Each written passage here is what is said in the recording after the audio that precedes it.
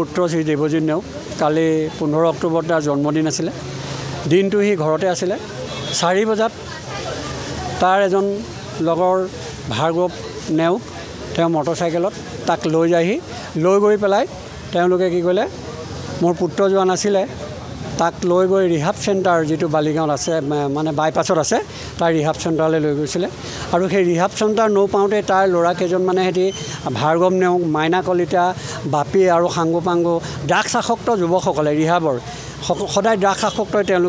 তেওঁলোকে কি কৰিলে ইয়াক টানি মাৰি চুচৰাই তেওঁলোকে ভিতৰলৈ লৈ গ'ল কি যুক্তিত কি কেনেকৈ নিলে সেইখিনি আমি অৱগত নহয় আৰু তাক তাতে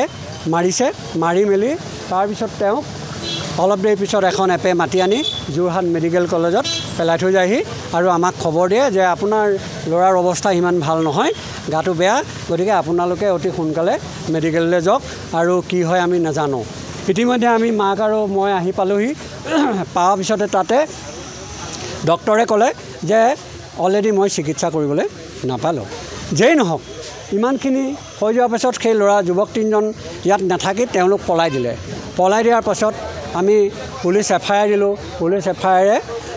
দিয়াৰ পিছত ৰাইজ তথা পুলিচ প্ৰশাসনৰ যোগেদি 2জনকে কৰায়ত্ব কৰিবলৈ সক্ষম হৈছে পুলিচে আৰু আমি যেতিয়া ৰাতি 1:30 বজাত সেই ৰিহাব চেণ্টাৰলৈ যাওঁ ৰিহাব চেণ্টাৰত তেওঁলোকে তলা মাৰি সকলো পলাই গৈছে যিহেতু আমাৰ লগত পুলিচ প্ৰশাসন গৈছে তাৰপিছতে স্থানীয় ৰাইজে হুলস্থুল শুনি ওলাই আহিছে ৰাতি 1:30 বজাত যে যুৱকজনক মৰা আমি দেখিছোঁ আৰু যুৱক এজনক এনেকৈ মাৰি টানি নিয়াও দেখিছোঁ গতিকে আমিনো কি ক'ম গতিকে চেণ্ডেল দুপাত পুমা চেণ্ডেল পিন্ধি আছিলে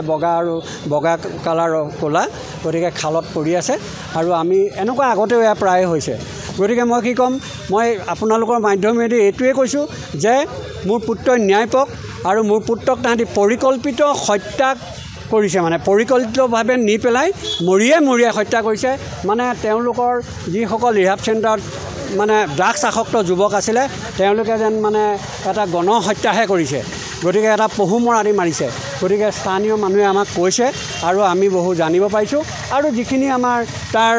চেণ্ডেল পৰি আছে ক'ৰবাত চশমা পৰি আছে গতিকে যদি ভালেৰে গ'লহেঁতেন তেতিয়াও সেইটো হেৰি নহয় জন্মদিন পালন কৰিবলৈ নিছিলে কোনোবা এখনত যেনিবা দোকানত খাম বুলি কৈছিলে তেওঁ ৰিহাবলৈ লৈ গৈ সেইটো তেওঁলোকৰ কিবা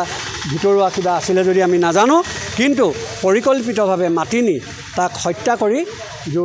যোৰহাট মেডিকেলত পেলাই থৈ গৈছে আৰু গতিকে আমি